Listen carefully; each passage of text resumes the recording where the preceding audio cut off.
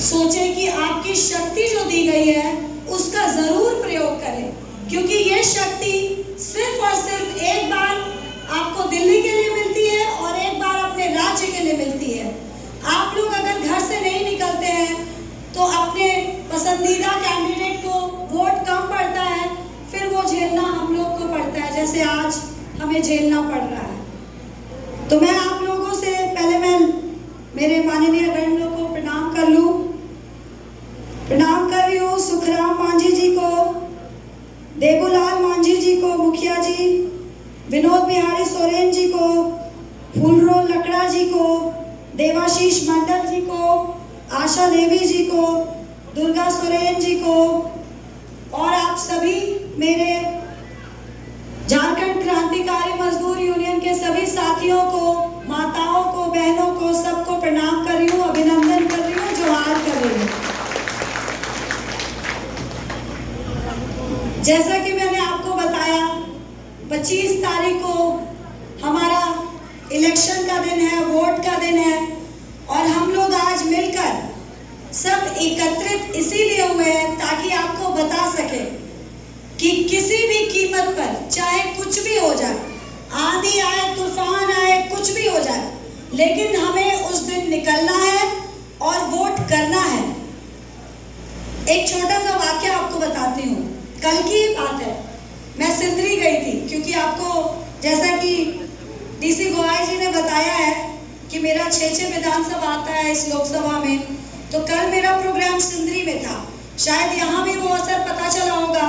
कल बहुत तेज आंधी आई, तूफान आए और बिजली गिरी, मेरे सामने बिजली गिरी और एक पेड़ को जला दिया, उस बिजली ने जल गया। वहां नीचे खड़े हमारे सारे समर्थक लोग सब खड़े थे, लेकिन कोई टस से मस नहीं हुआ। मैंने कहा कि आप लोग हट जाइए, बारिश भी फिर स्टार्ट हो गई।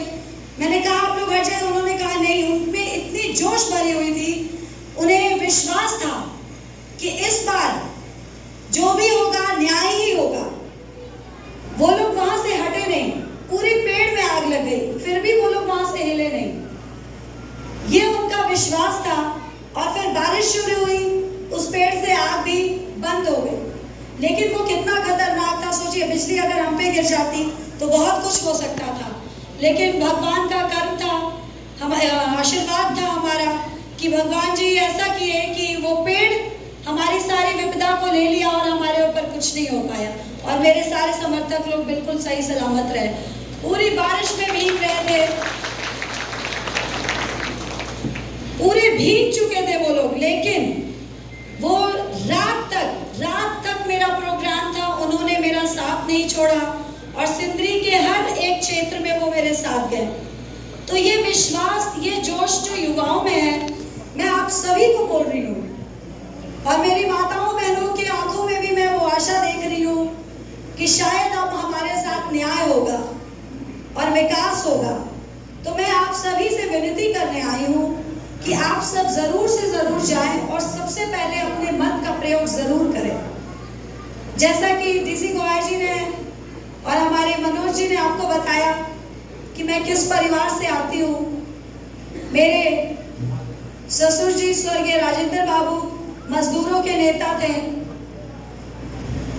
उनका काम ही था सिर्फ मजदूरों के लिए जीना। वो जब विधायक बने, मंत्री बने, बिहार में भी मंत्री थे, झारखंड में भी मंत्री थे, वो कहते थे कि मैं सब कुछ बन जाऊंगा, लेकिन मेरी पहचान तो मजदूरों से ही है। आज उन्हीं का आशीर्वाद है कि मैं आपके सामने खड़ी हूँ। शायद उनका कुछ सपना अधूरा रह गया था, जो मेरे मजदूर भाइयों के लिए वो करना चाहते थे। शायद उन्हीं के आशीर्वाद से कांग्रेस पार्टी ने आज मुझे टिकट दिया और मैं आज आपके सामने खड़ी हूँ। तो बस यही आशीर्वाद मैं चाहती हूँ कि उनके द्वारा जो बरस रहा है उसमें आप लोग भी भागीदारी बने और सिर्फ अपने न्याय और विकास के लिए सोचें। जिस तरह से मैं जानती हूँ कि हमारे ठेका मजदूर लोग कितनी समस्याओं के साथ गुजर रहे हैं, तो मेरा सबसे पहला यही एक मैंने लिखवाया भी है कि अगर मेरा हाथ मजबूत होता है तो मैं सबसे पहले अपने ठेका मजदूरों का मुद्दा उठाऊंगी दिल्ली में जाकर।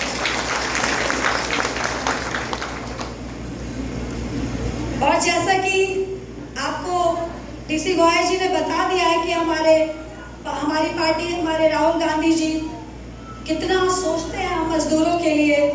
तो मैं आपको बता दूं कि हमारे कांग्रेस पार्टी ने अपने मैनिफेस्टो में दिया है कि अगर उन्हें ज़्यादा से ज़्यादा वोट पड़ता है, ज़्यादा से ज़्यादा मात्रा में मतदान होता है हमारे कांग्रेस पार्टी के पक्ष में, अगर दिल्ली में कांग्रेस पार्टी की सरकार आती है तो हर परिवार से एक महिला को 1 लाख रुपया सालाना देने का बात किया है कांग्रेस पार्टी ने। मैं माफी चाहूंगी कि कांग्रेस पार्टी ने 15 लाख का वादा नहीं किया है, इसके लिए आपसे क्षमा मांगती हूँ, क्योंकि हमारी कांग्रेस पार्टी जुमले की बात नहीं करती है, जो धरातल पर उतर सकता है उसकी ही बात करती है। 1 लाख अगर सालाना मिलता है, जिसका मतलब ये होता है कि आपके अकाउंट में 8,500 रुपया महीना आ जाएगा, जो आपके घर खर्च, आपके बच्चों की शिक्षा के लिए महत्वपूर्ण है। और मैं ये भी बता दूं मेरे युवाओं के लिए कि कांग्रेस पार्टी ने ये वादा किया है कि दिल्ली में अगर कांग्रेस पार्टी की सरकार आती है तो 6 महीने के अंदर अंदर 30 लाख युवाओं को सरकारी नौकरी देने का काम करेगी। इसलिए आज मैं आपके सामने, क्योंकि मैंने देखा कि कांग्रेस पार्टी, और हमें पता है कि कांग्रेस पार्टी कभी भी जुमलेबाजी नहीं करती है, धीरे धीरे विकास करती है, पर विकास होता है। कम से कम जुमलेबाजी तो नहीं होती है। शौचालय दे देंगे, मैं तो पूरे धनबाद लोकसभा में मैंने कहीं शौचालय नहीं देखा, वो है कहाँ, सिर्फ और सिर्फ विज्ञापन में, कहीं शौचालय नहीं है। मैं बहुत जगह गई, बीजेपी आते ही इंदिरा आवास योजना भी बंद करवा दी, लेकिन आज सालों पहले जो इंदिरा आवास योजना के तहत हमारे लोगों को जो घर मिला था वो आज भी बरकरार है। लेकिन आज 10 साल पहले जो शौचालय का वादा किया गया था वो आज 10 साल के अंदर अंदर ही गायब हो गया। यही है कांग्रेस और बीजेपी में अंतर। तो मैं आप लोगों को यही बताना चाहती हूँ, आज हमारे यहाँ, हमारे बोकारो में जितनी भी फैक्ट्रियां हैं, सब कुछ तो कांग्रेस पार्टी ने ही लाया था।